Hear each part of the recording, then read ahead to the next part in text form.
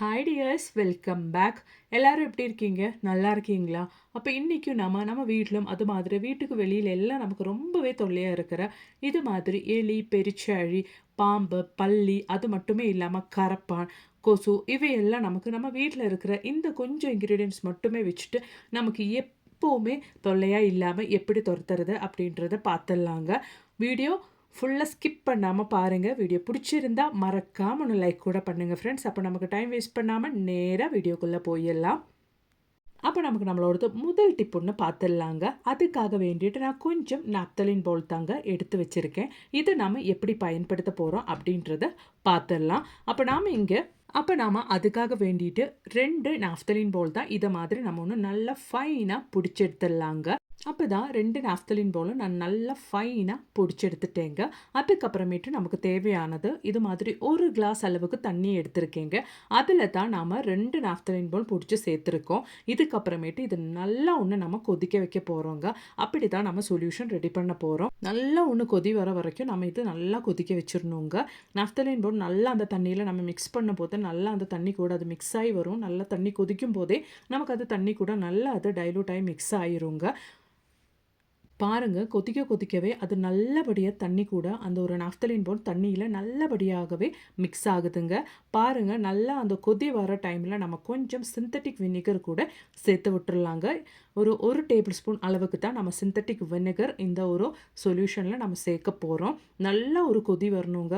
இந்த ஒரு சொல்யூஷன் நமக்கு ரொம்பவே பயனுள்ளதாகவே இருக்குங்க. நம்ம வீட்டில் கொசு தொல்லை, பல்லி தொல்லை, கரப்பான் தொல்லை எதுவுமே இதுக்கப்புறமேட்டு உங்களுக்கு இருக்கவே இருக்காதுங்க. அதோடவே நான் இதில் ஒரு 3/4 டீஸ்பூன் அளவுக்கு சால்ட்டு சேர்க்குறேங்க. நீங்கள் கல்லுப்பு அப்படி இல்லைன்னா பொடிப்பு எது வேணாலும் சேர்த்துக்கலாம். நல்லா கொதிச்சு வந்ததுக்கு அப்புறமேட்டு நம்ம ஃப்ளேம் ஆஃப் பண்ணிடலாங்க. நம்ம உப்பு சேர்க்கறதுனாலேயே இந்த ஒரு சொல்யூஷன்லேருந்து அந்த நாப்தலின் பவுலோட ஸ்மெல்லு போகவே போகாதுங்க. ரொம்ப நாளுக்கு அது லாஸ்ட் பண்ணி நிற்கும். அதுக்காக வேண்டிட்டு நம்ம கொஞ்சம் சால்ட்டு கூட இந்த டைமில் சேர்த்துருக்கோம். நல்லா கொதி வந்துருச்சு. இந்த டைமில் நம்ம ஃப்ளேம் ஆஃப் பண்ணிடலாம். இனி நம்ம அதில் 1 லிட்டர் அளவுக்கு தண்ணி தாங்க சேர்க்க போகிறோம். பாருங்கள், நம்ம தண்ணி ஊற்றும் போது நல்லா தண்ணி கூட மிக்ஸ் ஆகிட்டு வந்த அந்த ஒரு நாப்தலின் பவுலை ஒரு பேப்பர் மாதிரி அது அப்படியே படிஞ்சு மேலே வந்துருச்சுங்க.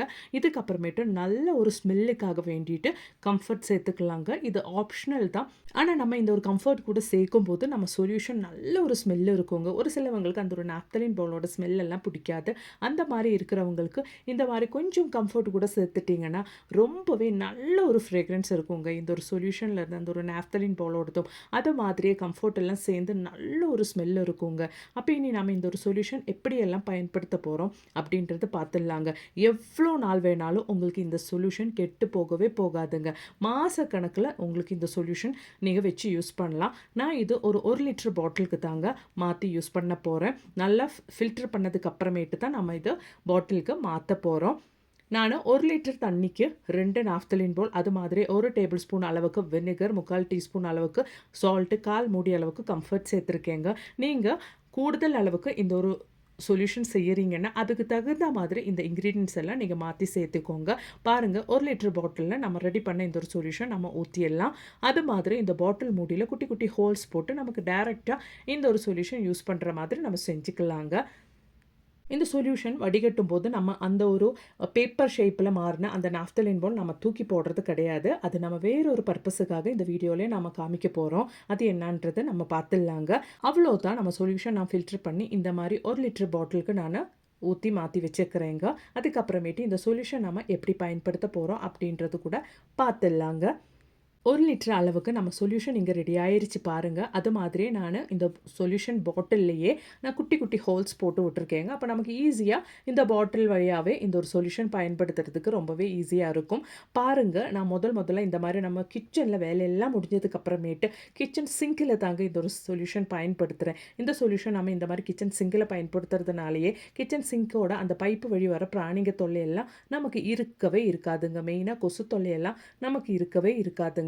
அது மட்டுமே இல்லை, இந்த ஒரு பாட்டில் டைரெக்டாக இந்த மாதிரி நீங்கள் ஸ்ப்ரே பண்ணி வீடெல்லாம் நல்லா தொடச்சி விட்டுட்டீங்கன்னா உங்களுக்கு உங்கள் வீட்டில் பல்லி தொல்லை, கரப்பான் தொல்லை, கொசு தொல்லை அது மட்டுமே இல்லாமல் கண்ணுக்கு தெரியாத இன்செக்ட்ஸ் தொல்லை, எட்டுகாலி தொல்லை எதுவுமே உங்களுக்கு இருக்கவே இருக்காதுங்க. குழந்தைங்க எல்லாம் இருக்கிற வீட்டில் இந்த மாதிரி ஒரு சொல்யூஷன் நீங்கள் ரெடி பண்ணி பாட்டிலில் ஊற்றி வச்சிட்டிங்கன்னா பக்கெட்டே இல்லாமல் ஈஸியாக உங்களுக்கு வீடெல்லாம் க்ளீனாவே தொடச்சு எடுத்துக்கலாங்க. வேலையும் ஈஸியா முடிஞ்சிரும். இப்போ மறுபடியும் நெறைய வைரஸ் எல்லாம் ஸ்ப்ரெட் ஆக ஆரம்பிச்சிருச்சு.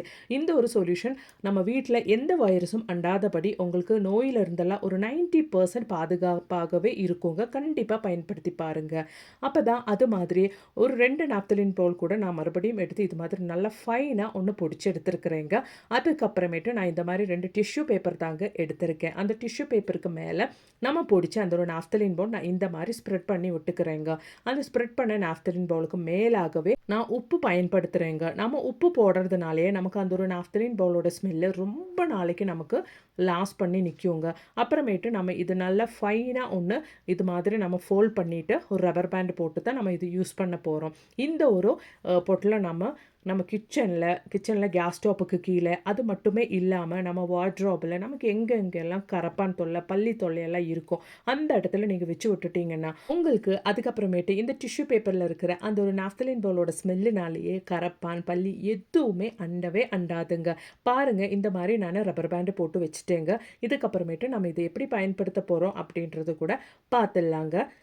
பாருங்க இந்த மாரி நீங்க கிச்சன் கேஸ் ஸ்டவ்வுக்கு மேல, அப்படி இல்லன்னா அடுப்புக்கு மேல, அப்படி இல்லன்னா கீழ இந்த மாரி வச்சு விட்டுக்கோங்க. அது மட்டுமே இல்லாம நம்ம வார்ட்ரோப்ல துணிங்களுக்கெல்லாம் இடையில நீங்க இந்த மாரி வச்சுட்டீங்கன்னா, நம்ம வார்ட்ரோப் எல்லாம் எப்பவுமே நல்ல மணமா இருக்கும். அது மட்டுமே இல்லாம கரப்பான், பல்லி தொல்லை எல்லாம் நமக்கு இருக்கவே இருக்காதுங்க. கண்டிப்பா ட்ரை பண்ணி பாருங்க.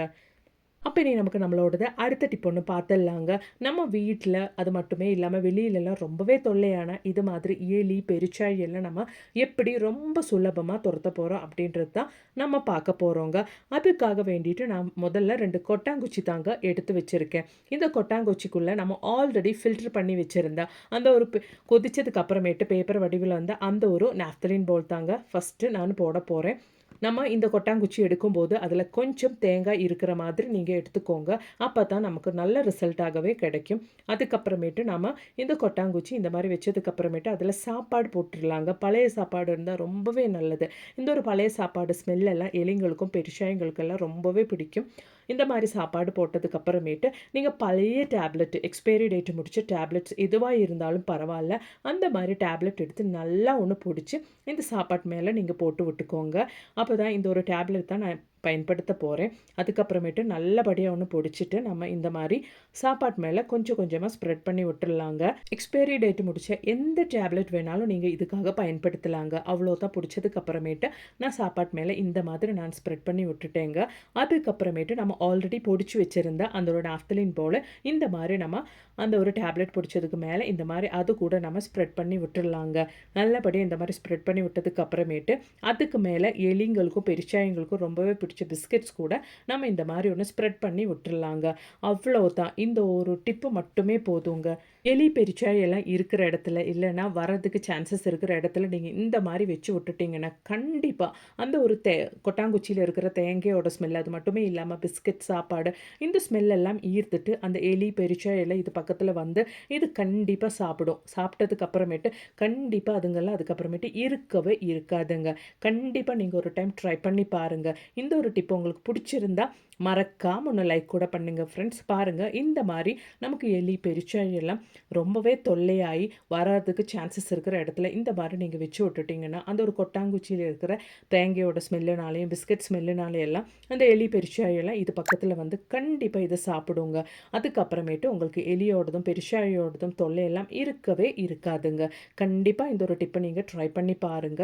அது மட்டுமே இல்லங்க. நல்ல நல்ல டிப்ஸுங்க நான் என் சேனல்ல ஆட் பண்ணியிருக்கேன். அது கூட நீங்க கொஞ்சம் செக் பண்ணி பாருங்க. இந்த ஒரு வீடியோ உங்களுக்கு ரொம்பவே பிடிச்சிருந்தா மறக்காம ஒண்ணு லைக் பண்ணுங்க. அது மாதிரி உங்க ஃப்ரெண்ட்ஸ் அண்ட் ஃபேமிலி கூட ஷேர் பண்ணி சப்போர்ட் பண்ணுங்க ஃப்ரெண்ட்ஸ். தேங்க்ஸ் ஃபார் வாட்சிங்.